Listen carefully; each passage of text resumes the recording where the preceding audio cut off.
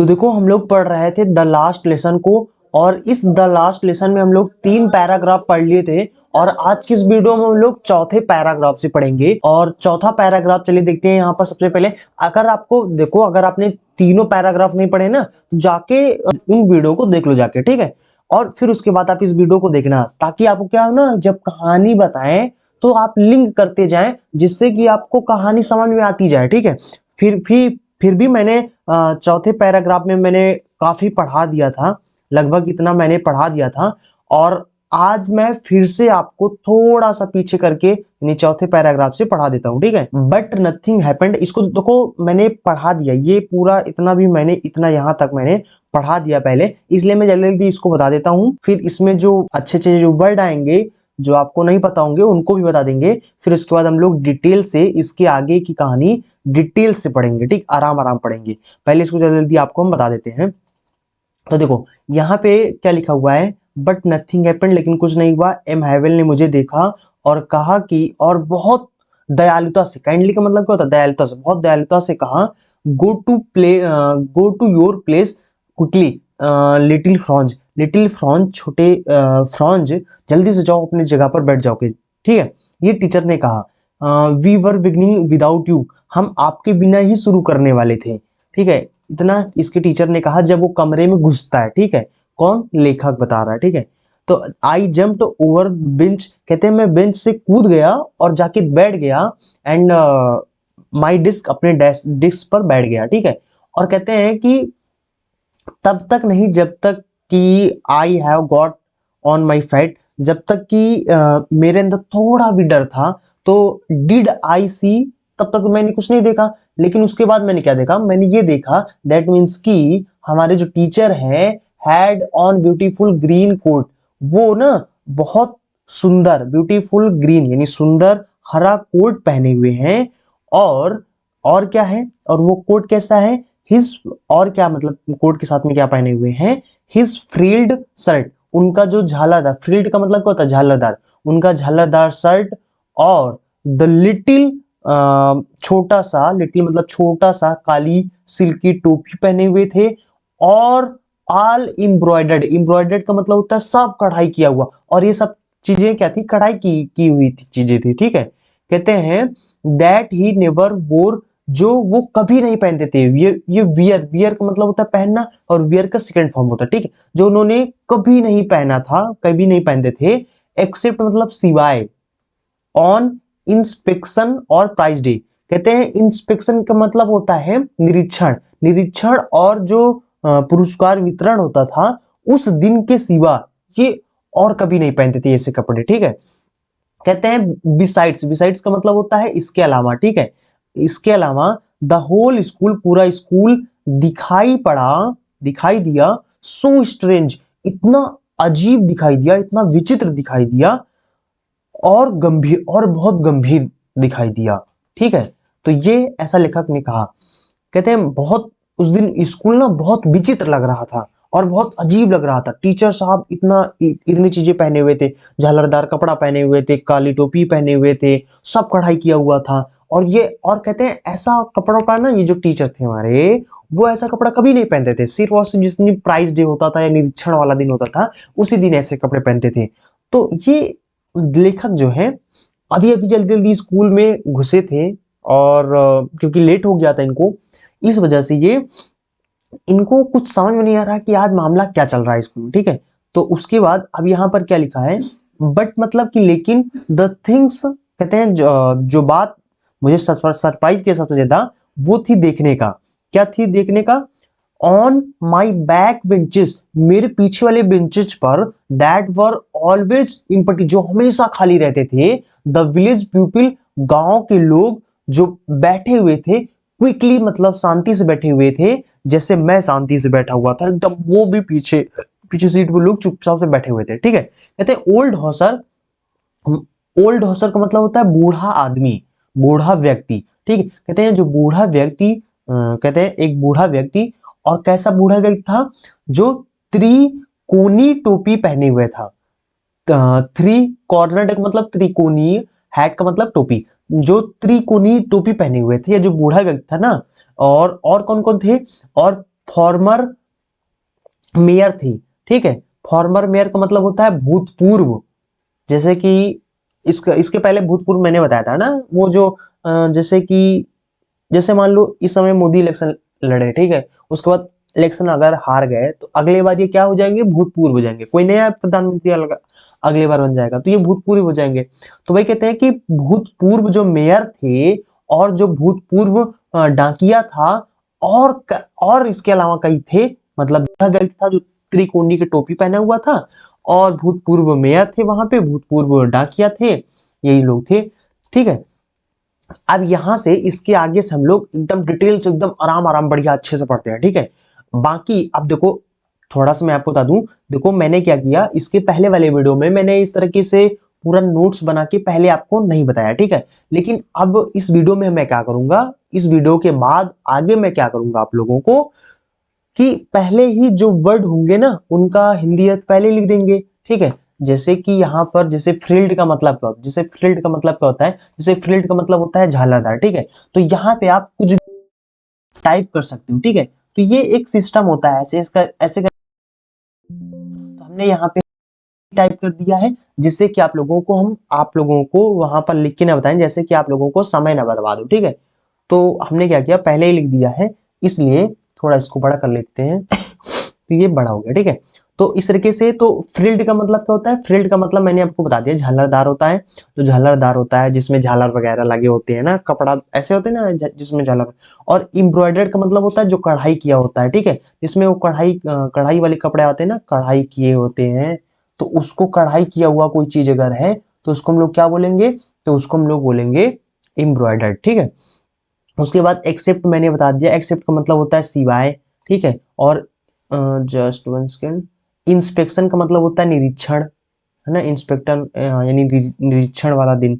और उसके बाद बिसाइड्स का मतलब होता है इसके अलावा, ठीक है, कहते हैं ना इसके अलावा ये चीज, तो वही चीज होता है। स्ट्रेंज का मतलब होता है, देखो स्ट्रेंज का मतलब होता है विचित्र बोलो या अजीब बोलो, और एक इसके स्थान पर हम वियर्ड भी लगा सकते हैं, ठीक है।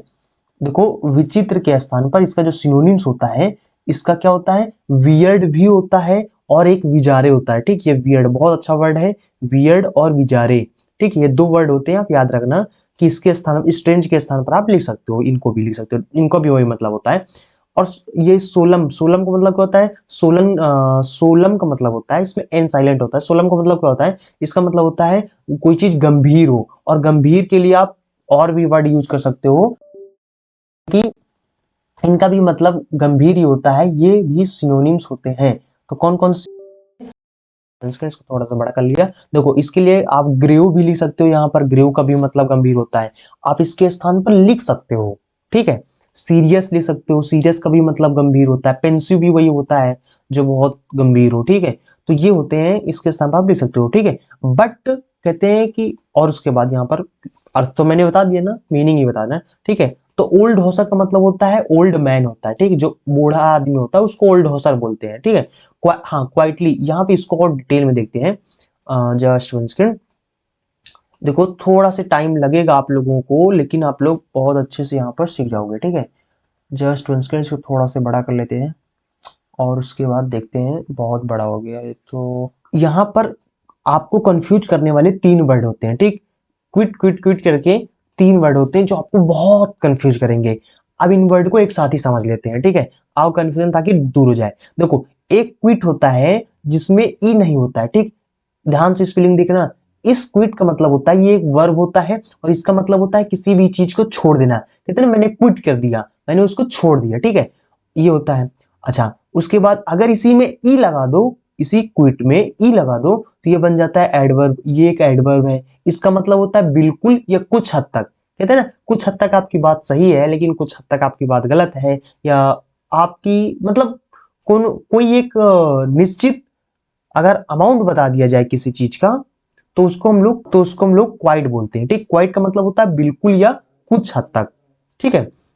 और ये क्विट का मतलब होता है किसी भी चीज को छोड़ना, ठीक। और ये क्विट का मतलब होता है जो शांति होती है, ठीक। आपके अंदर ये एक एडजेक्टिव होता है, ठीक है। तो इसका मतलब क्या होता है, शांति, एकदम काम। इसके स्थान पर क्या लिख सकते हो, काम। वो इंग्लिश में एक वर्ड होता है ना, क्या बोलते हैं, CALM, काम, काम भी ले सकते हो, काम की मतलब होता है शांति, ठीक है। तो आई थिंक आप इसको समझ गए होंगे। तो यहाँ पर क्विट नहीं लिखा है, यहाँ पे लिखा क्वाइटली। क्वाइटली का मतलब होता है शांति से, ठीक है। ये देखो क्विट जो होता है ये एक एडजेक्टिव होता है, लेकिन इसमें एल वाई, अगर एडजेक्टिव में एल वाई लगा देते हैं तो वो एडवर्ब बन जाता है, तो एडवर्ब हो जाएगा, तो उसका मतलब होता है शांति से हो जाएगा, मतलब शांतिपूर्वक, ठीक है। तो ओल्ड हॉसर को मैंने बता दिया। पोस्ट मास्टर, पोस्ट मास्टर का मतलब होता है डाकिया। उसके बाद फॉर्मर का मतलब होता है भूतपूर्व, ठीक है।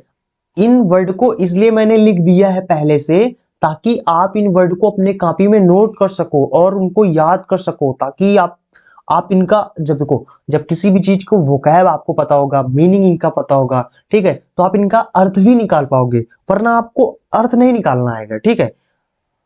तो सबसे जरूरी चीज उसमें होता है वोकैब, इसलिए आप इसको लिख लीजिए और याद कर लीजिए, ठीक है। इसलिए मैंने इनका हिंदी अर्थ भी लिख दिया है, ताकि आपको दिखा सकूं और आप उस चीज को नोट कर सको, ठीक है। तो काफी ज्यादा मेहनत लगा इसमें, इसको इस तरीके से लिख लिख के पूरा बनाने में, तो काफी टाइम लगा है, इसलिए आप लोग इसका इसका फायदा जरूर उठाएं, ठीक है। तो चलिए अब इसके आगे पढ़ते हैं, यहाँ से पढ़ते हैं, यहाँ से हम लोगों को पढ़ना था, ये तो पूरा पिछला था, पिछला हम लोगों ने जो मतलब एक तरीके से कह सकते हो पिछला हम लोगों ने रिवाइज किया, ठीक है। अब हम लोग यहाँ से देखते हैं, कहते हैं एवरीबडी, एवरीबडी का मतलब होता है हर एक कोई, मतलब हर कोई, लुक्ड मतलब दिखाई दे रहा था, सैड, सैड मतलब दुखी दिखाई दे रहा था, एंड हॉसर, हॉसर का मतलब होता है और बूढ़ा व्यक्ति, जो बूढ़ा व्यक्ति था, हैड ब्रॉट उसने लाया था। देखो ब्रिंग का सेकंड फॉर्म होता है, सॉरी ब्रिंग का सेकंड और थर्ड फॉर्म दोनों होते हैं ब्रॉट, लेकिन यहाँ पर ये ब्रिंग का थर्ड फॉर्म है, ठीक है। तो ब्रॉट होता है, तो ब्रिंग का मतलब होता है लाना, तो ये बूढ़ा व्यक्ति ना इसने लाया था, क्या लाया था, एक पुरानी प्राइमर लाया था। प्राइमर के देखो, प्राइमर का वैसे मतलब क्या होता है, प्राइमर का मतलब यहाँ पे इसका प्राइमर का मतलब होता है बुक, यहाँ पे इसका मतलब क्या है, बुक है, बुक से रिलेट है, ठीक है। वैसे तो प्राइमर एक प्रिंट होता है, ठीक है, उसको भी प्राइमर बोलते हैं, या फिर कोई चीज, या फिर जो बुक होती है ना, और कौन सी बुक होती है, प्राइमर एक ऐसी बुक होती है जो छोटे छोटे बच्चों को कुछ पढ़ना लिखना सिखाती है, ऐसी बुक को हम लोग बोलते हैं प्राइमर, ठीक है। तो ये जो बूढ़ा व्यक्ति ना, ये अपने साथ एक पुरानी किताब लाया था, ये जो पुरानी किताब लाया था, और यहाँ पर क्या लिखा है, ये जो पुरानी किताब था ना, कहते हैं जो ओल्ड प्राइमर थी, ये जो बुक थी, ये जो बुक थी ये थम्ब्ड की हुई थी एट द एजेस। थम्ब्ड का मतलब होता है उंगली से पलटना। थंब का मतलब क्या होता है, देखो थंब अगर एज अ नाउन हो तो थंब का मतलब होता है अंगूठा, अगर थंब एज अ वर्ब रूप में यूज किया गया हो तो इसका मतलब होता है किसी चीज को अपनी उंगली से पलटना। तो यानी कि ये जो किताब थी ना, ये उंगली से पलटी हुई थी एट द एजेस मतलब किनारों पर। देखो आपको बता दूं इसका मतलब हुआ, इसका मतलब हुआ कि वो जो ऐसा किताब जैसे होते हैं, तो किताब को किनारों से ही तो आप पेज पलटते हो, अपनी उंगली से जब पलटते हो तो किनारों से ही पलटते हो, तो वही चीज कहते हैं, ये जो किताब थी ना, जिसको देखने से लग रहा था कि हाँ इसको पहले किसी ने पढ़ा है, मतलब ये पुरानी किताब है, क्योंकि उंगलियों यानी जो उंगली से पलटी हुई थी, किनारों पर जो पलटा गया था उंगली से, जो वो मतलब दिख रहा था, समझ में आ रहा था कि हाँ ये पुरानी किताब है, ठीक है। तो वही यहाँ लेखक कहना चाहता है कि पुरानी किताब लाया था जिस पर किसके किनारों पर अंगुली से पलटा हुआ था, यानी पलटा था उसने, एंड और ही हेल्ड, हेल्ड का मतलब होता है उसने मतलब लेखक ने, उसने मतलब ये जो बूढ़ा व्यक्ति थे, इसने जो बूढ़ा व्यक्ति है, ये जो बूढ़ा व्यक्ति है उसके लिए यहाँ पर ही यूज किया गया है। कहते हैं जो बूढ़ा व्यक्ति है इसने इसे रखा था, हेल्ड, होल्ड का मतलब क्या होता है, रखना, पकड़ के रखना किसी चीज को, और हेल्ड का मतलब होता है रखा था, सेकंड फॉर्म है होल्ड का, ठीक है। तो कहते हैं उसने रखा, इट माने इसे, ओपन मतलब खुला रखा हुआ था, ऑन कहां पर रखा हुआ था, अपने घुटनों पर रखा हुआ था। वो जो होते हैं ना जब बैठते हो तो अपने अपने पैर के घुटनों पे किताब को रख लेते हो ना, तो कहते हैं इसने भी क्या किया, किताब को खुले रखा हुआ था, अपने घुटनों पे रखा हुआ था, और कहते हैं विद हिज ग्रेट स्पेक्टिकल्स, अपने बड़े चश्मे के साथ, विद का मतलब होता है के साथ, अपने बड़े, ग्रेट का मतलब बड़ा, स्पेक्टिकल्स मतलब चश्मे के साथ, और ये जो चश्मा था ये पड़ा हुआ था, लाइंग मतलब पड़ा हुआ था, अक्रॉस द पेजेस मतलब पेज पर पड़ा हुआ था चश्मा जो था, ठीक है। आप समझ रहे हो, देखो यानी कि इसके कहने का मतलब है कि जो बूढ़ा व्यक्ति था वो अपने साथ एक किताब लाया था और वो पुरानी किताब थी, ठीक है, मतलब इसमें उंगलियों की निशान थी कि वो पलटा हुआ था, इसका मतलब कि वो पुरानी किताब थी, उसने खूब पढ़ रखा था उसको, ठीक है। और उसने क्या किया, उसने अपने जांघे पे कह सकते हो या पैर पे उसने रखा हुआ था, यानी घुटनों पर उसको खुला किताब को रखा हुआ था, और उस किताब के पन्नों पर उसने अपना चश्मा उतार के रखा हुआ था। ये इस दोनों सेंटेंस का, ये इस सेंटेंस का मतलब हुआ, इतना मैंने, ठीक है। अब हम लोग पढ़ते हैं अगले पैराग्राफ से। देखो लाइन का मतलब होता है पड़ा हुआ होना, मैंने आपको बता दिया। थंब का मतलब होता है, देखो थंब का मतलब, जस्ट वन सेकंड, थंब का मतलब होता है to move something with your fingers, किसी चीज को पलटना, किसी चीज को अपने फिंगर्स के सहारे किसी चीज को जब पलटते हो तो उसको हम लोग बोलते हैं थंब करना, ठीक है। प्राइमर एक बुक होती है, आई थिंक आपको सब पता हो गया, तो मैंने सब बता दिया। अब चलो पढ़ते हैं पांचवा पैराग्राफ, ठीक है। तो पांचवा पैराग्राफ यहाँ पे लिखा हुआ है, आगे लिखा हुआ है, कहते हैं कि व्हाइल का मतलब होता है जब, व्हाइल का मतलब क्या होता है, जब आई वॉज, मैं, आई वॉज का मतलब मैं, वॉन्डरिंग मतलब सोच रहा था, अबाउट इट ऑल, ठीक है। जब मैं सोच रहा था, देखो वांडर का मतलब क्या होता है, वांडर का मतलब होता है विचार करना या सोचना। देखो मैं पहले अर्थ आपको बता देता हूं, फिर उसके बाद में इसका जो वोकैब होगा ना, इसको इस तरीके से दिखाने का काम जो होगा ना, वहां आपको बाद में किया करेंगे, ठीक है, ताकि आपको कंफ्यूजन न क्रिएट हो, ठीक है, ताकि आप कहानी को लिंक करते जाएं, मतलब उसी में जोड़ते जाएं कहानी को पूरा, ठीक, कहानी के जाए, ठीक है। बाद में आपको, जस्ट वन सेकंड,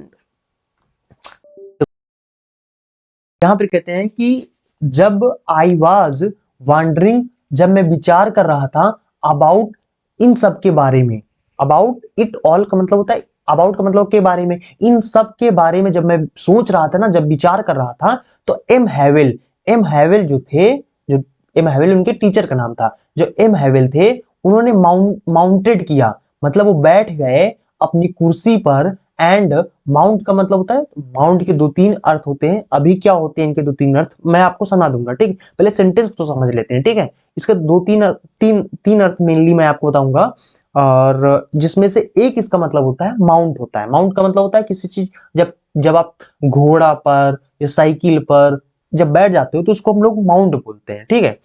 तो यहां पर ये अपने कुर्सी पर बैठ गए थे, तो एम हैवेल बैठ गए थे अपनी कुर्सी पर, and in the same grave, और उसी गंभीर, ये तो ग्रीव था ना, चलो इसको बाद में बता देंगे, पहले समझ लो। कहते हैं और इन द सेम ग्रीव, और उसी गंभीर और दयालु आवाज में, टोन का मतलब होता है उसी आवाज में, उसी स्वर में, जो ही यूज टू मी, जिसे उन्होंने मुझे, यानी मेरे लिए जो आवाज, जिस आवाज का, जिस टोन का, जिस बिहेवियर का कह सकते हो कि प्रयोग किया था मेरे लिए, यानी कि जितने प्यार से उन्होंने मुझे बोला था ना कि जाओ बच्चे वहां पर बैठ जाओ जाके, ठीक है। तो यानी कि जितने प्यार से उन्होंने कहा, तो कहते हैं उसी आवाज में, उतने ही प्यार से, उतनी उसी जेंटल या गंभीर टोन में उन्होंने कहा, सेड मीन्स कहा, क्या कहा, मेरे चिल्ड्रन, मेरे बच्चों, दिस इज लास्ट लेसन, ये आखिरी पार्ट है, आई शैल गिव यू, जो मैं आपको दूंगा, मतलब जो आपको मैं पढ़ाऊंगा। देखो लेखक जो लिख रहा है उसका एग्जैक्ट हिंदी अर्थ मत निकालो, अगर आप एग्जैक्ट इसका हिंदी अर्थ निकालोगे तो इसका मतलब क्या हो जाएगा कि मैं जो आपको दे रहा हूं, मैं आपको दे रहा हूं, मतलब लेखक कहने का मतलब है जो मैं आपको आज पढ़ा रहा हूं वो कहने का मतलब है, ठीक है। तो थोड़ा सा सेंस भी समझते चलो, ठीक है, सेंस के साथ सेंटेंस को समझते जाओ, एग्जैक्ट उसके ये मत पीछे पड़ जाओ कि इसका हिंदी अर्थ क्या होता है ना, एग्जैक्ट ना, थोड़ा सा फीलिंग्स भी उसमें लाओ, ठीक है, तब समझ में आपको आएगा। तो समझ गए, देखो मैं आपको अभी ना एकदम बढ़िया आराम आराम बता रहा हूँ, समझा रहा हूँ, और लास्ट में आपको फिर से रिवाइज कर दूंगा जल्दी जल्दी बता के, ठीक है, तो इसका टेंशन न लो, ठीक है, जब वीडियो को लास्ट हो जाएगा।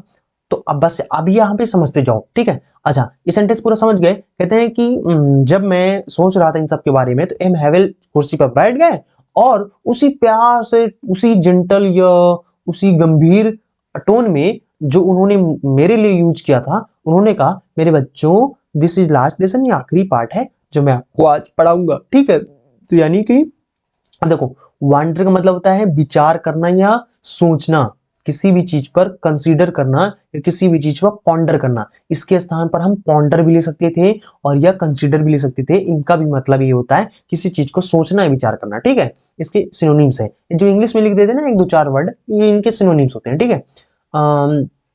उसके बाद समझ लेते हैं माउंट वर्ड को। एक्चुअली में इसके 2 3 अर्थ होते हैं, मैं आपको सब क्लियर कर देता हूं। जस्ट 1 सेकंड, इसको थोड़ा सा बड़ा करने दो पहले।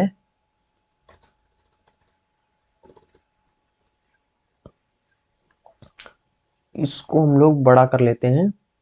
देखो देखो देखो देखो देखो देखो, एक तो माउंट का मतलब होता है, इसके एग्जैक्ट यहाँ पर 3 मीनिंग है, ठीक है। इसका एक तो मतलब होता है किसी गाड़ी पर या फिर घोड़े पर या फिर बाइसिकल पर, है ना, बाइक पर, इन सब चीजों पर, कुर्सी पर बैठ जाओ तो उसको माउंट बोलते हैं, ठीक है। दूसरा, या फिर किसी चीज को शुरुआत करना, किसी चीज को ऑर्गेनाइज करना है, किसी चीज की शुरुआत करना, उसको भी मतलब माउंट ही बोलते हैं, ठीक है।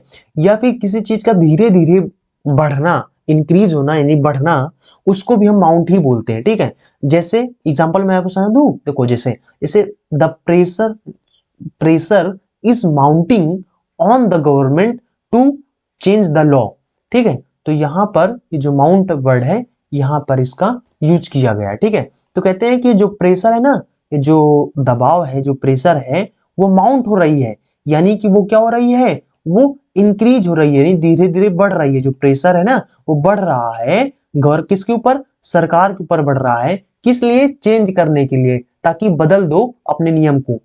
मान लो सरकार ने कोई नियम ऐसा लाया है, जैसे किसान आंदोलन हुआ, किसान लोग बोल रहे थे कि मोदी अपना जो नियम है इसको वापस करो, अपना रूल है जो जो अपना एक्ट है इसको वापस करो, हमें नहीं पसंद आ रहा है, ठीक है। तो इससे कहते हैं जो प्रेशर है ना, वो बढ़ रहा है सरकार के ऊपर कि अपना नियम में बदलो भैया, ठीक है। तो ये मैंने आपको इसका सेंटेंस, इसका एग्जांपल भी यूज करके बता दिया, ठीक है। आई थिंक आप समझ गए होंगे इस वर्ड का मतलब।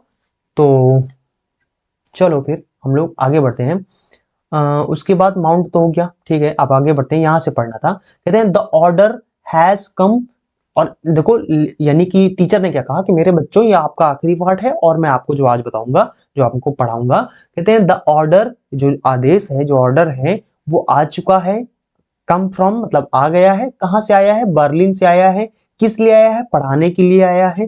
किस चीज को, केवल जर्मन को, केवल यानी जर्मन जो भाषा है, केवल उसी को पढ़ाने का आदेश आया है कि उसी को सिर्फ पढ़ाया जाएगा। कहां पर, स्कूल्स में, ठीक है। किसके स्कूल्स में, ऑफ अगर बताया जाता है किसके स्कूल में, एल्सेक और लॉरेंस। जो एल्सेक और लॉरेंस, ये जो मतलब ये देश है, ठीक है। मतलब एल्सेक और लॉरेंस में, लॉरेंस के स्कूलों में सिर्फ और सिर्फ जर्मन भाषा ही पढ़ाया जाएगा, ऐसा बर्लिन से आदेश आया है, ठीक है। कहते हैं द न्यू मास्टर, नए मास्टर जो हैं वो कम्स टुमारो, कल आ जाएंगे। This is your last French lesson, ये आज आपका आखिरी फ्रांच का, यानी फ्रेंच का या फ्रांस भाषा का या फ्रेंच भाषा का आखिरी पार्ट है। ये आपका आज आखिरी पार्ट है। देखो कहानी क्या है, कहानी ये है कि आदेश आया कि भैया आज से, पहले ये लोग फ्रेंच भाषा में पढ़ रहे थे, लेखक बोल रहे हैं कि हम जहाँ थे, हम वहां पे फ्रांस, यानी फ्रांस भाषा जो थी, फ्रांस में फ्रांस भाषा बोली, फ्रेंच भाषा बोली जाती है, तो फ्रेंच भाषा में सब कुछ पढ़ाया जाता था। तो कहते हैं फिर लेकिन बर्लिन से अचानक से आदेश आया कि आज से भैया सिर्फ जर्मनी भाषा पूरे देश में यहाँ पे एल्सेक और लॉरेंस के स्कूलों में चलेगा, फ्रेंच भाषा को कोई नहीं पढ़ाएगा, फ्रेंच भाषा को खत्म कर दिया जाता है आज से, ठीक है। तो लेखक कह रहा है कि वही आदेश आया था, तो वही चीज टीचर बोल रहे हैं कि भैया कल से आपके नए अध्यापक आ जाएंगे और ये आपका आज फ्रेंच भाषा का आखिरी पाठ है, ठीक है। I want to be, I want, कहते हैं कि आई वॉन्ट, मैं चाहता हूं आपसे, टू बी, होने के लिए, वेरी अटेंटिव, बहुत ध्यान से। कहते हैं मैं चाहता हूं ना कि आप बहुत ध्यान से बस मेरी बात को सुनो या मेरे पाठ को सुनो, मैं जो पढ़ा रहा हूं उसको ध्यान से सुनो, ठीक है। अटेंटिव का मतलब होता है, एक एडजेक्टिव होता है, इसका मतलब होता है, देखो इसका मतलब होता है किसी चीज को पूरे इंटरेस्ट के साथ ध्यान से देखना और सुनना, उसका मतलब होता है अटेंटिव। तो कहते हैं कि मैं चाहता हूं ना कि आप इसको बड़े ध्यान से सुनो और बड़े ध्यान से पूरे इंटरेस्ट के साथ इसको सुनो और देखो, ठीक है। ये अध्यापक बोल रहे हैं, ठीक है। कहते हैं कि अब लेखक क्या बोल रहा है, लेखक कह रहा व्हाट अ थंडर क्लैप, ये जो आपका सेंटेंस ना एक्सक्लामेशन एक्सक्लामेटरी जो सेंटेंस होते हैं, एक्सक्लामेटरी सेंटेंस है आपका, ठीक है।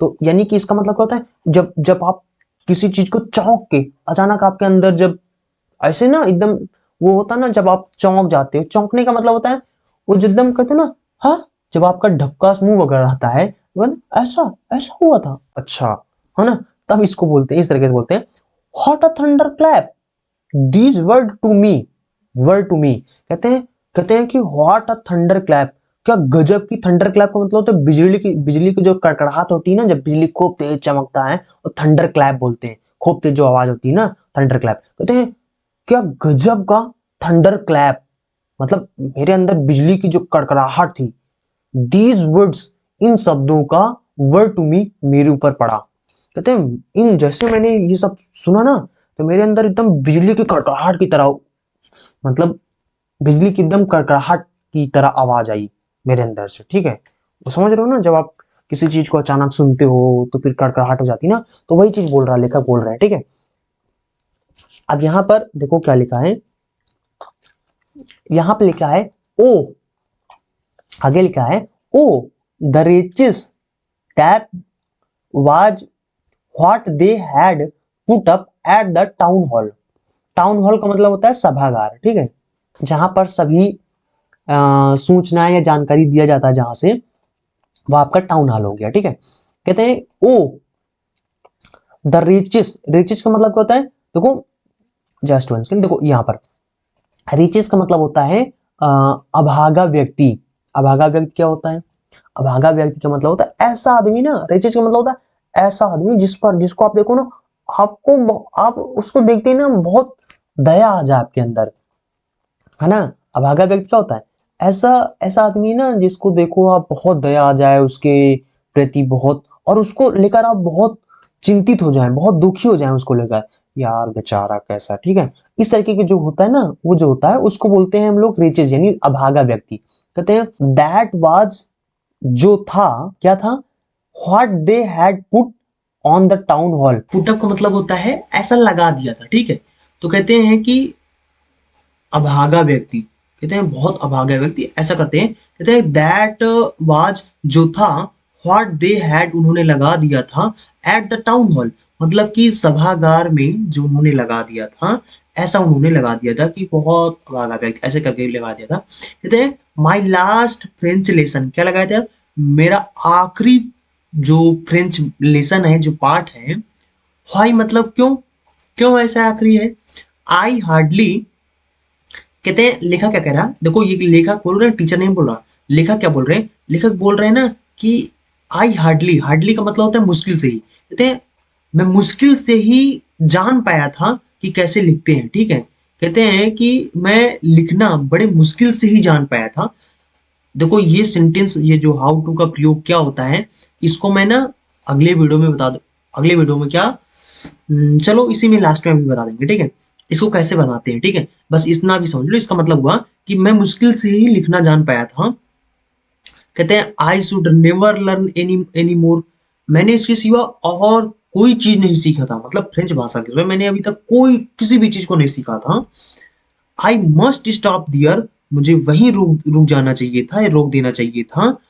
देन मतलब तब, फिर, देन मतलब तब या फिर, ओ हाउ सॉरी, हाउ सॉरी का मतलब कितना दुखी, आई वॉज, मैं था, फॉर नॉट लर्निंग, न सीखने के लिए, माई लेसन्स को, अपने पाठ को, for seeking birds eggs, for seeking, seeking का मतलब होता है, सीक का मतलब होता है देखना, किसी चीज को देखने के लिए पक्षी के अंडों को, ठीक है।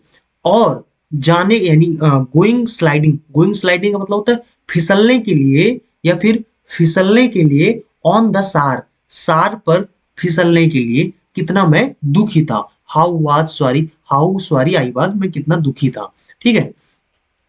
माई बुक्स, मेरी किताबें, दैट हैड सीम्ड, जो लग रही थी, जो लग रही थी, ऐसे नॉसेंस, नूसेंस, नूसेंस, व्हाइल अगो, कहते हैं कुछ समय पहले जो मेरी किताबें थी ना, बहुत बहुत बेवकूफी भरी लग रही थी, मुझे बहुत सताने वाली, न्यूसेंस का मतलब क्या होता है, जो आपको चिढ़ा दे, एकदम चिढ़ पैदा कर दे आपके अंदर, ठीक है। कहते हैं बहुत चिढ़ पैदा करने वाली किताब लग रही थी पहले मुझे, कुछ यानी कुछ समय पहले मुझे जो किताब मेरी थी वो एकदम चिढ़ पैदा करने वाली, मतलब उसको देख लेता था मैं, मुझे बहुत चिढ़ आती थी, ठीक है। वो लेखक कह रहे हैं और सो हैवी टू कैरी, बहुत ले जाने में, यानी ले जाने में बहुत हैवी लग रहा था। माई ग्रामर, मेरा जो अच्छा लेखक ना अपना दुख प्रकट यहाँ पर करा है, कहते हैं मेरा जो ग्रामर था और मेरी जो हिस्ट्री थी संतों की, कहते हैं संतों की जो मेरी इतिहास था, मेरा इतिहास था, ये सब पुराने फ्रेंड हो चुके थे अब। That that I could not give up, जिसे मैं नहीं छोड़ सकता था। गिव अप मतलब होता है छोड़ना, ठीक है। कहते हैं जिसे मैं नहीं छोड़ सकता था, जिसे मैं नहीं भूल सकता था, ठीक है। समझ लो। अच्छा इस सेंटेंस का मतलब समझ लो, इस सेंटेंस का मतलब क्या हुआ, लेखक क्या कह रहा, मेरा लास्ट फ्रेंच का पार्ट, क्यों, मैंने बड़ी मुश्किल से ही लिखना जान पाया था। अभी तक लेखक बोल रहा है कि मैं ना यार अभी बड़ी मुश्किल से ही लिखना जान पाया था। I should never any more, मैंने इसके सिवा कभी कोई चीज नहीं सीखा। कहते हैं मुझे यहीं पे इसको रोक देना चाहिए था तभी। और कहते हैं कि हाउ सॉरी आई वाज, कहते हैं मैं बहुत दुखी था कि मैंने नहीं सीखा है अपना पार्ट। अपना पार्ट मतलब मैंने नहीं सीखा है और मैंने नहीं देखा है पक्षियों के, यानी पक्षियों के एग्स को, अंडों को। और या फिर किसके लिए दुखी था, या फिर जो सार पर मैंने नहीं, यानी कि सार पर फिसलने के लिए, सार पर जो फिसला है, गोइंग गोइंग स्लाइडिंग मतलब फिसलने के लिए मैं कितना दुखी था, ठीक है। कहते हैं मेरी किताबें जो पहले बहुत बहुत चिढ़ पैदा करने वाली लग रही थी और बहुत हैवी लग रही थी ले जाने में, मेरा ग्रामर, मेरे संतों के जो मेरा इतिहास था, ये सब पुरानी हो चुकी थी। That I could not give up, जिसे मैं नहीं छोड़ सकता था। कहते हैं एंड मतलब और, गिव अप देखो, गिव अप मतलब होता है छोड़ना। सीख के दो अर्थ होते हैं, एक तो इसका मतलब होता है किसी चीज को देखना या किसी चीज की मांग करना, दोनों का मतलब होता है सीख होता है, ठीक है। गिव अप मतलब होता है किसी भी चीज को छोड़ना, गिव अप करना, क्विट करना, ठीक है। अब देखो, कहते हैं कि एम हैवेल टू, ये टू का मतलब होता है भी, कहते हैं एम हैवेल भी, ठीक है। अब कहते हैं कि इतने चीजें थो, मतलब लेखक, चलो इसको पहले आप समझ लेते हैं फिर उसको बताते हैं, ठीक है। द आइडिया, कहते हैं कि और इनको भी मैं नहीं छोड़ सकता था, किसको, एब हैवेल को भी, ठीक है। कहते हैं द आइडिया, वो जो विचार, दैट यानी कि इस बात की, विचार किस बात की, इस बात की, इस बात की, दैट मीन्स क्या होता है कि, इस बात की, ही वॉज गोइंग अवे, कि वो जाने वाले थे। दैट, और ये बात की, I should never see him again, मैं उन्हें फिर से दोबारा कभी नहीं देख पाऊंगा। कहते हैं मेड मी, ये जो बात थी ना, ये बातें मेड मी फॉरगेट, मुझे भुला दी, ऑल सब कुछ, अबाउट किसके बारे में, उनके रूलर, उनकी जो छड़ी होती थी, पटरी होती थी बड़ी सी मारने वाली, है ना, इस शिप के, इन सब के बारे में भुला दिया। एंड, और हाउ क्रैंकी, और कितने सनकी या चिड़चिड़े हुए, यानी ही वाज, वो थे, ये सब बातें मैं भूल चुका था। कहते हैं जैसे मैंने सुना ना, लेखक क्या कह रहे हैं, अब इसका समझ लो अर्थ देखो। लेखक क्या कह रहा है, लेखक कह रहा है कि जब मैंने सुना ना कि आज से फ्रेंच भाषा नहीं पढ़ाया जाएगा, आज से आप लोग जो पाठ पढ़ रहे थे वो सब नहीं पढ़ोगे, तो कहते हैं मुझे ना बहुत दुख हुआ, मुझे बहुत याद आएगा वो फ्रेंच बनी की जो संतों की स्टोरी थी, ग्रामर थी हमारी, सो हैवी टू कैरी, इतना बोझ लगी जो हम किताबें आती थी। और ये जो किताबें जो मुझे पढ़ने में ना बहुत बहुत चिढ़ पैदा करने वाली किताब लगती थी, अब मुझे इनसे ना बहुत इनके प्रति सहानुभूति होने लगा कि यार कल से छूट जाएगा। वो होता ना किसी भी चीज को जब छोड़ने लगो, तो देखो किसी भी चीज को जब आप, जस्ट वन सेकंड, देखो मैं भूल गया था, वैसे आप लोगों को अब आवाज थोड़ा सा बेटर लग रहा होगा। मैंने ना रिकॉर्डिंग चालू कर रखा था लेकिन मैं माइक लगाना भूल गया था, चलो कोई बात नहीं, ठीक है। चलो अब समझते हैं। देखो यानी कहने का मतलब है कि देखो वो होता नहीं कि जब आप किसी भी चीज को छोड़ते हो, मतलब देखो कोई चीज आपके पास होता है तो आप उसका उसका महत्व नहीं समझते हो, उसका उसका क्या महत्व है, वो कितना आपके लिए इंपॉर्टेंस है, वो आपको उस समय नहीं लगता है। लेकिन जब वो छूटने लगता है ना, तो आपके लिए वो बहुत इंपॉर्टेंट लगने लगता है, ठीक है। तो मतलब तब उसकी असली औकात जो है वो तब आपको समझ में आती है, ठीक है। उस तरीके से लेखक भी कह रहा है कि अभी तक ये जो किताबें थी ना, जिसको पढ़ने में मेरा मन नहीं लगता था, जिनसे बहुत चिढ़ मुझे लगती थी, वो किताबें अब मुझे बहुत बहुत प्यारी लगने लगी। बहुत बहुत ऐसा लग रहा कि यार मैं इसे नहीं छोड़ सकता यार, मतलब बहुत उनके उनके प्रति उनको अट्रैक्शन होने लगा, ठीक है। कहते हैं और जो टीचर थे ना, जो छड़ी लेके बहुत पीटते थे, जिनको जिनसे हम लोग बहुत डरते थे, ठीक है। और कितनी, और ये जो टीचर थे, इनकी जो पटरी थी, और जो यानी पटरी मतलब इनकी रूलर, मतलब इनकी जो छड़ी होती थी, और ये बहुत सनकी टाइप में होते थे, जब होते थे पड़ापड़ पीटने लगते थे। कहते हैं ना, ये सब बातें मैं ना भूल गया था। एम हैवेल को भी, कहते हैं एम हैवेल जो थे, उनको उनको भी मैं, मतलब उनकी ये जो बातें थी, उनका जो कहते हैं the idea that he was going, कहते हैं जो विचार थी ना कि वो जाने वाले हैं और मैं इनको कभी नहीं देख पाऊंगा, इस बात ने ना मुझे सब कुछ भुला दिया। किस चीज के बारे में, कि वो कितने सनकी थे, उनकी पटरी जो होती थी, बड़े बड़े डंडा से पीटते जो थे, ये सब चीज मैंने भुला दिया कि यार अब मिस बहुत करेंगे, ठीक है। ऐसा होगा तो हमारे टीचर साहब चले जाएंगे, हमारे टीचर साहब को कोई नया टीचर आएगा, ठीक है। इस वजह से वो बहुत मिस करने लगे, ठीक है। आई थिंक आपको इतनी कहानी समझ में आ गया होगा और आपको मजा आया होगा, थोड़ा सा इंटरेस्ट पैदा हुआ होगा, ठीक है। अब इसके आगे की वैसे वीडियो आपका बहुत लंबा हो जाएगा अगर आगे और पढ़ाएंगे, तो इसलिए हम लोग क्या करेंगे, ज्यादा बड़ा लंबा वीडियो हो जाता है फिर आप लोग बोर होने लगते हो, फिर वीडियो को नहीं देखने लगते हो, स्किप कर करके देखने लगते हो, ठीक है। फिर क्या होता है ना, फिर आप लोग अच्छे से कहानी समझ नहीं पाते, स्किप करके देखते हो, फिर आप लोगों को पढ़ने में मजा नहीं आता, फिर आप लोग इंग्लिश पोस्ट तो इंग्लिश बहुत कठिन है, समझ में नहीं आ रहा, ऐसे वैसे करके बहुत बहुत सारे कहानियां बनाने लगते हो। इसलिए हमने क्या करते हैं ना, थोड़ा छोटा छोटा वीडियो बनाते हैं आधा 1.5 घंटे का, जिससे आप लोगों को बोरियत फील ना हो, ठीक है। तो इसलिए हम लोग क्या करेंगे, अगले पैराग्राफ से हम लोग अगले वीडियो में पढ़ लेंगे, ठीक है, किसी अगले वीडियो में पढ़ेंगे। तो आई थिंक आपको इतनी कहानी समझ में आया होगा। तो चलते हैं, फिर मिलेंगे अगले वीडियो में। अगर आपको कहीं पर कंफ्यूजन हुआ हो तो वीडियो को पीछे कर लो, फिर से देख लो, कंफ्यूजन भी को दूर हो जाएगा। बाकी मैंने पूरी कोशिश की आपको बहुत अच्छे से समझाने की।